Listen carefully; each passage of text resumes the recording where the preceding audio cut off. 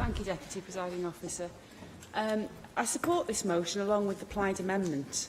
Part-time study can be vital to those who cannot afford to give up work but need to study in order to improve the future for themselves and their family. A healthy part-time education sector can be a major attraction for businesses looking for a new home that want the option of being able to upskill their workforce. It gives increased options for those who want to return to work after a significant period away, perhaps looking after children.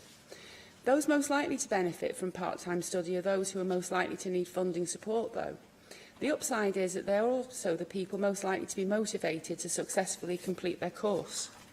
Adults attend study for different reasons and motivations than school leavers and offer an excellent return on investment that justifies the investment of taxpayers' money apart from the benefit of improving people's life choices. But there is still a need for young people to be able to access part-time education. A school leaver who has been failed by the education system or has done poorly at school because of adverse childhood experiences, but who has a passion and the disposition to be, for example, an excellent nurse, will find it extremely difficult to make up for the deficiencies of their education in early life without appropriate advice and support. It is possibly inevitable that some people will need to work full-time and study part-time.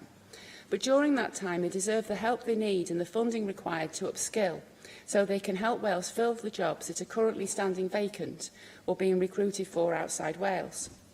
If a person cannot take part in part-time education, or if it is made uneconomic or impractical, or if, due to poor or absent careers advice, they don't know what their options are, people will find it difficult, if not impossible, to overcome accidents of birth that saw them born into a low-income family, or with adverse childhood experiences, or that sent them to a failing school wherever that was.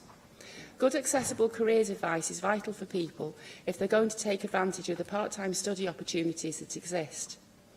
For a person who has been out of education for perhaps many years, it could be a daunting prospect researching courses and applying for them without a good careers service to provide that helping hand.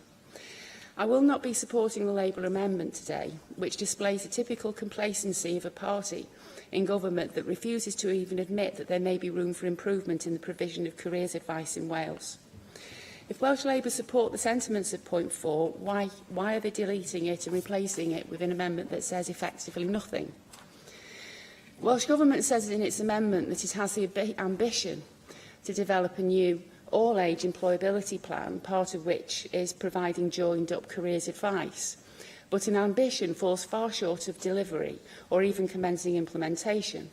So my question is, why, after nearly 20 years in this place, are you only now expressing the ambition to provide joined-up careers advice in Wales or an all-age employability plan? Thank you.